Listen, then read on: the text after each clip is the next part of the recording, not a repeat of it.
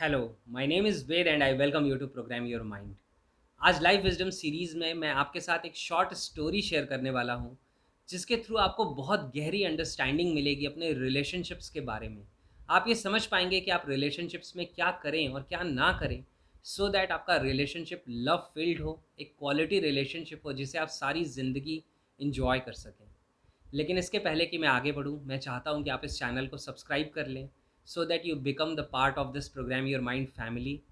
और आप bell icon को भी प्रेस करें so that you can watch every video.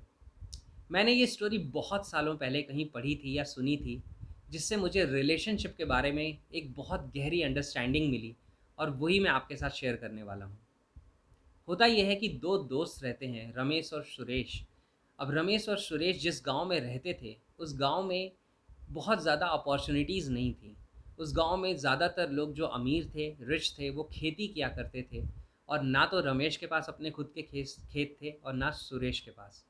तो ये दोनों हमेशा ये सोचते रहते थे कि हम ऐसा क्या करें कि हम अपने खुद के खेत खरीद पाएँ, क्योंकि ये दूसरों के खेतों में मज़दूरी किया करते थे और उससे इन्हें इतने पैसे नहीं मिलते थे कि जिससे ये अपने खुद के खेत खरीद सकें।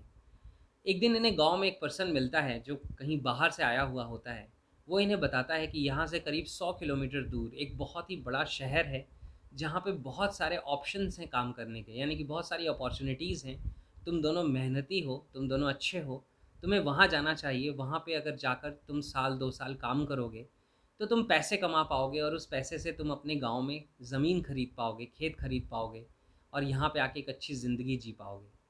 तो वो दोनों डिसाइड करते हैं कि हम उस 100 किलोमीटर दूर जो शहर है वहाँ ज़रूर जाएँगे। वो अपनी तैयारी करते हैं, अपने आप को मेंटली प्रिपेयर करते हैं, अपनी फैमिली से बात करते हैं और फिर रास्ते के लिए कुछ चीज़ें लेकर, कुछ खाने-पीने का सामान लेकर और जो ज़रूरत का सामान हो सकता था, उसे लेकर वो निकल जाते हैं। अब रमेश थोड़ा गुस्सा करने वाला व्यक्ति था, यानी कि उसे थोड़ा जल्दी गुस्सा आ जाता था, वो जल्दी इरिटेट हो जाता था।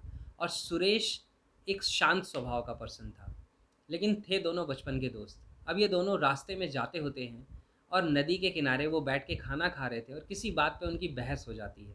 अब रमेश को जल्दी गुस्सा आ जाता था, तो वो नाराज़ हो जाता है, वो गुस्सा करता है, वो सुरेश को भला-बुरा कहता है और उसे धक्का भी दे देता है, जिससे सुरेश गिर जाता है।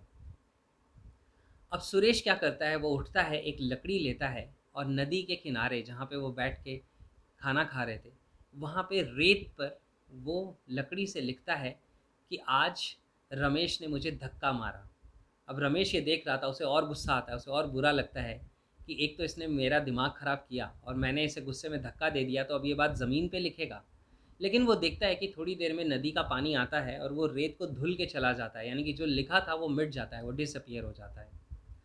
अब होता क्या है कि रमेश और सुरेश आगे बढ़ते हैं वहाँ से। अब दोस्तों के बीच में झड़प या कुछ कहा-सुनी तो हो ही जाती है।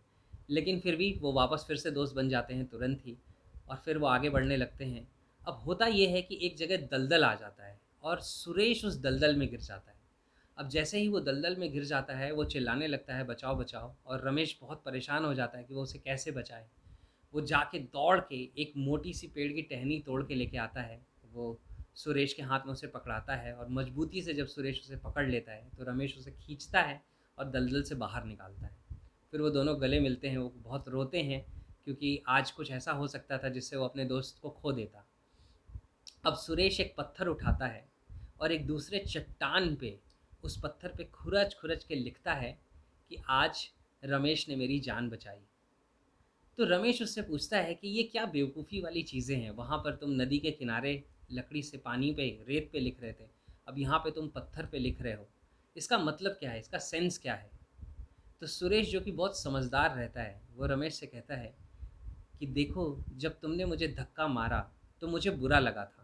मैं उसे अपने अंदर नहीं रखना चाहता था, इसलिए मैंने उसे लिख दिया, लेकिन मैंने उसे रेत पे लिखा, जो पानी आने के बाद उसे बहा के लेके चली गई और वो मिट गया। तो हमारे साथ ज़िंदगी में अगर कोई कुछ बुरा करता है, हमारे रिलेशनशिप में, हमारे क्लोज़ वन्स में, अगर हमें बुरा लगता है तो मेबी हो सकता है हम एक्सप्रेस करें, लेकिन उसे अपने माइंड में इतनी ज़्यादा जगह नहीं दे देनी है कि हमेशा वो बात हम याद रखें और हमेशा वो हमें चोट पहुँचाती रहे, पिंच करती रहे, या जब भी वो बात हमें याद आए, तो हमें सामने वाले इंसान के लिए नफ़रत की फ़ीलिंग आए। तो इसलिए मैंने उसे वहाँ पे रेत पे लिखा था, लेकिन अभी तुमने मेरी जान बचाई, ये कितनी बड़ी चीज़ है। और मैंने इसे चट्टान पे लिखा है, सो दैट कि जब हम उस शहर से वापस आएँगे, तो भी ये चट्टान मुझे दिखाई देगी और मुझे वापस ये घटना याद आ जाएगी। वैसे तो ये मैं इसे भूलने वाला नहीं हूँ, लेकिन अगर कभी मैं भूलूँ भी, तो वो चट्टान पे देखते ही मुझे याद आ जाएगा कि तुमने कैसे मेरी जान बचाई थी, तुमने अपनी जान की परवाह छोड़ के भी मेरी जान बचाई थी। और ये बात मुझे सारी ज़िंदगी याद रखनी चाहिए, जो तुमने मेरे साथ अच्छा किया है। तो सोचो कितनी गहरी लर्निंग है ये, जो उस सुरेश ने रमेश को शेयर की। और यही बात हमें समझने की ज़रूरत है। जब हम अपने क्लोज़ रिलेशनशिप्स में होते हैं, तो लोगों की कुछ बातें हमें बुरी लग जाती हैं, कुछ अच्छी लगती हैं। कुछ लोग हमारे साथ कुछ अच्छा करेंगे, कभी वो कुछ बुरा भी करेंगे। उनका इंटेंशन जनरली बुरा करना होता नहीं है, लेकिन हम बुरा मान जाते हैं। तो हमें यहाँ पे समझने की ज़रूरत ये है कि हमें इस मेमोरी बैग में, ये जो हमारे पास स्टोर करने के लिए इतनी खूबसूरत मेमोरी का बैग मिला हुआ है, हमारा ब्रेन, हमारा माइंड, इसके अंदर हमें उन चीज़ों को सॉलिड तरीके से रजिस्टर करना है जो हमारे साथ अच्छा हुआ है या लोगों ने अच्छा किया है। और जो चीज़ें हमारे साथ बुरी हुई हैं, उसे या तो हमें रजिस्टर करना ही नहीं है, और या तो हमें वैसे ही रजिस्टर करना है जैसे रेत पे लकड़ी से लिखी हुई कोई बात। सो दैट कि जब भी हम अपने रिलेशनशिप को वापस पलट के देखें, तो हमें वो सारी अच्छी चीज़ें याद आएँ, वो सारी खुशियों के मोमेंट्स याद आएँ, वो सारी हेल्प याद आए जो किसी अगले ने हमारे लिए की थी, और हम उन चीज़ों को भूल चुके हों जो हमने आज तक बुरा एक्सपीरियंस किया था रिलेशनशिप में, राइट? और अगर हम ऐसा करना शुरू कर दें, तो हमारी लाइफ में हमारे रिलेशनशिप की क्वालिटी मैजिकली ट्रांसफॉर्म होना शुरू हो जाएगी। आप सोच के देखिए कि आज सबसे ज़्यादा हर्ट हम किससे होते हैं? अपने क्लोज़ वन से। यानी कि जिन लोगों के साथ हम ज़्यादा समय बिता रहे हैं, जो हमारे क्लोज़ रिलेशंस में हैं, शायद उन्हीं की बातों से हम सबसे ज़्यादा पिंच हुए हैं, सबसे ज़्यादा हर्ट हुए हैं। ऐसा है जबकि कि उन्होंने हमारे साथ अच्छा बहुत कुछ किया है और शायद बुरा बहुत थोड़ा-सा किया है, लेकिन हमने बुरे को तो पत्थर पे लिख दिया और जो अच्छा किया था उसे रेत पे लिख दिया, और करना इसका ठीक उल्टा था। तो इन चीज़ों को आप अपनी ज़िंदगी में समझिए।